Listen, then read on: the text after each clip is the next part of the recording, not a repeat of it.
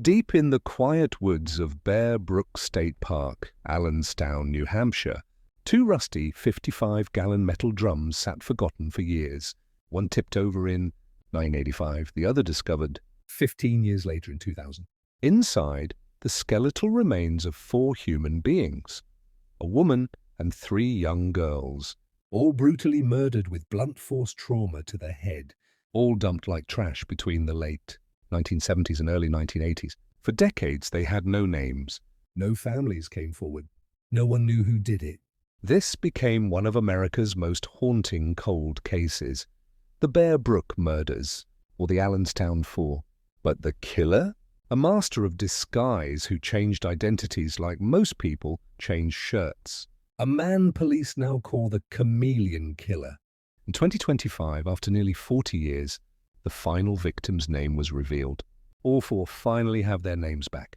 This is the full story of the discoveries, the breakthroughs, the DNA miracles, and the shadows that still linger.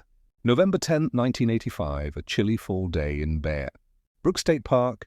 A local hunter is walking through the trees when he spots something odd, an old steel drum, partially buried under leaves and debris near the site of a long burned-down store. Curious, he pries it open. What he finds haunts him to this day: the decomposing remains of an adult woman, estimated 23 to 33 years old, wrapped in plastic. And beside her, the body of a young girl about 8 to 10 years old. Both skulls showed massive blunt force trauma.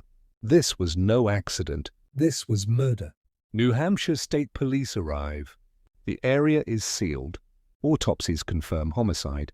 But the bodies are too decomposed for easy ID, no fingerprints, no clear dental matches in missing persons databases. They were laid to rest in an Allenstown cemetery, with a simple headstone donated by the community. Here lies the mortal remains known only to God of a woman aged 23-33 and a girl child aged 8 to 10. Their slain bodies were found on November 10, 1985, in Bear Brook State Park. May their souls find peace in God's loving care.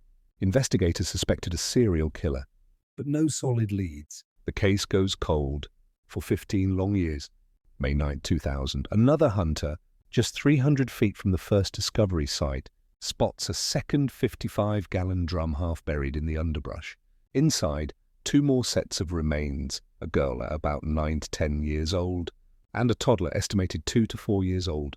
Same cause of death, savage blunt force to their head, same disposal method. DNA testing links all 4 victims, killed around the same time, likely late 1970s to early 1980s, but the toddler, not biologically related to the others. Police now know they're dealing with a monster who killed an entire family unit, plus 1 extra child. Who was she, and why was she there? Early 2010s, investigators reopened the case with new tech. They upload crime scene DNA to public genealogy databases. A match emerges, not to the victims, but to a man who died in California prison in 2010. His name, Terry Peder Rasmussen, also known as Bob Evans, New Hampshire, 1980s. Curtis Kimball, California, 1990s, 2000s. Gordon Cummings, and more. Rasmussen was a drifter, an electrician by trade, charming on the surface, deadly underneath. In 2002, as Curtis Kimball, he married and then murdered his wife, Yoon Soon-jun, dismembered her, hid parts in barrels. Sound familiar? Convicted, he died behind bars. But backtrack, in 1981 in Manchester, New Hampshire, under Bob Evans, his girlfriend Denise, Bowden vanished with her infant daughter and Bob, never seen again. DNA from Bear Brook links him directly. He was the biological father of the toddler victim. The killer had a pattern: target women with children, kill them, move on, change names. The chameleon.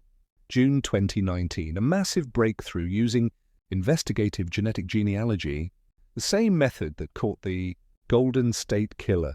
A Connecticut librarian and true crime obsessive, Rebecca Heath, connects dots on Ancestry.com. She finds a 2015 post from a man searching for his half-sister Sarah, missing since 1978, with her mother Marley's Honeychurch and sister Marie.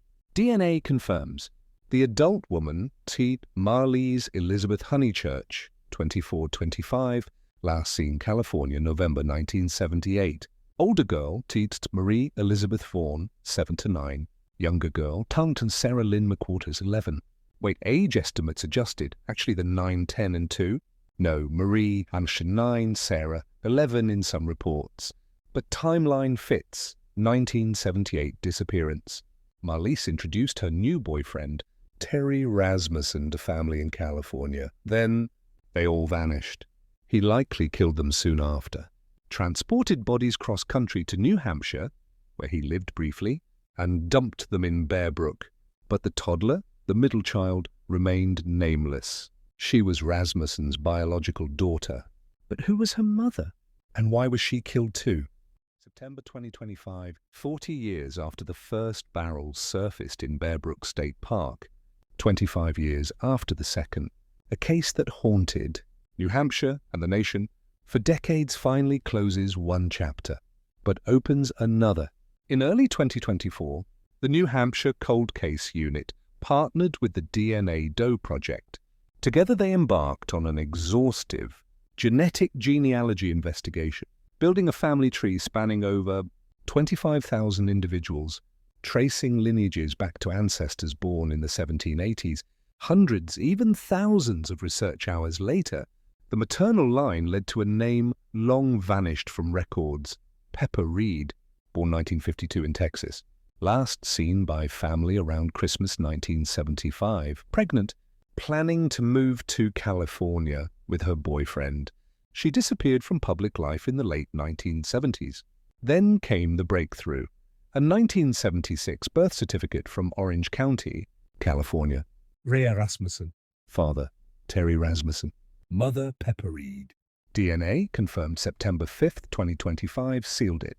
The child investigators once called only the middle child, estimated 2 to 4 years old at death, with darker brown hair than the others, a noticeable overbite, standing about 3 feet 8 inches, was Rhea Rasmussen, Terry Rasmussen's own biological daughter, murdered, likely between 1978 and 1981, and discarded in a barrel alongside strangers who were, in truth, victims of the same man. Pepper Reed remains missing. Authorities believe she, too, was killed by Rasmussen and perhaps before Rhea's murder. Erased like so many others in his path, all 4 Bear Brook victims now have names restored. Marlise Elizabeth Honeychurch, Marie Elizabeth Vaughan, Sarah Lynn McWaters, Rhea Rasmussen. At the September 8th press conference, Senior Assistant Attorney General Chris Knowles, head of the Cold Case Unit, spoke with quiet resolve.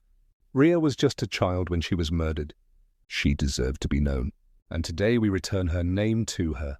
Senior Assistant Attorney General Ben Agati added, Rhea's hair, we knew, was darker than the others. We knew she had a little bit of an overbite. We knew she had a mother and a family. But now we know her name. The work by the DNA Doe Project has been nothing short of extraordinary. Terry Rasmussen, the chameleon killer, used dozens of aliases, moved across states, isolated vulnerable women and children, then vanished them. He tried to wipe them from history. He failed. From Pepper Reed's family, read at the conference by victim witness specialist Amy Cerullo. First and foremost, we want to express that Pepper is loved and missed every single day. Though we did not have an opportunity to meet Rhea, she is cherished just as much in our heart. Our family kindly asks for privacy as we grieve. Your relentless determination has brought our family together, and we cannot thank you all enough for keeping Rhea close in your hearts when our family could not. God bless you all. Attorney General John Formella. This case has weighed on New Hampshire and the nation for decades. With Rhea Rasmussen's identification, all 4 victims now have their names back. This development is the result of extraordinary perseverance. Our commitment to uncovering the truth, no matter how long it takes, remains unwavering. The Bear Brook barrels are silent now, but the questions endure. What became of Pepper Reed?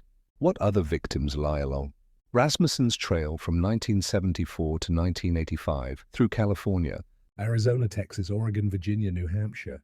The investigation continues. Justice, though delayed, refuses to be denied. This case changed everything. It proved the power of genetic genealogy in cold cases. It gave closure to families shattered decades ago. Yet questions remain. How many more did the chameleon claim? Did he kill Denise Baudin's boyfriend too? What really happened to Pepper Reed? Rasmussen died in 2010. No confession, no full truth. The Bear Brook barrels remind us evil can hide anywhere. Monsters wear friendly faces. But science, persistence, and people who refuse to forget can bring light even to the darkest secrets.